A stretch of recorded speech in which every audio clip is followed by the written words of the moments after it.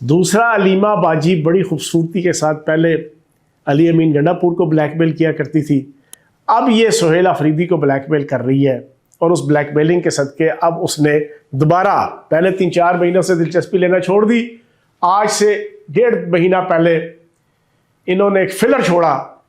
कि जनाब हम नया वज़ीर आला लेकर आएंगे, जो एक तरीक़ाकार होता है। सामने आके तो नहीं अलीमा बाजी ने कहना था, अलीमा बाजी का पूरी सोशल मीडिया जो PTI की है उस पर कंट्रोल है।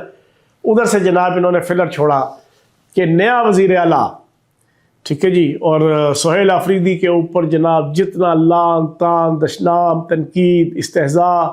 वो करवा के वो बेचारा यरक गया। अब वो पिछली 3-4 मंगल से वो भरपूर तरीके से उसने कहा हो अपनी वज़ारत आला बचाओ, ये ना हो कि वज़ारत आला ही चली जाए। तो उसने दोबारा से जनाब हर दफ़ा वो 25, 30, 40, 50 गाड़ियाँ ले आता है सरकारी खर्चे पे, KPK की आवाम के टैक्सों का पैसा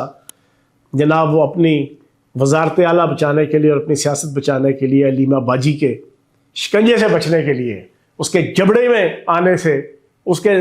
जहरीले और नुकीले दांतों से बचने के लिए, सियासी दांतों से,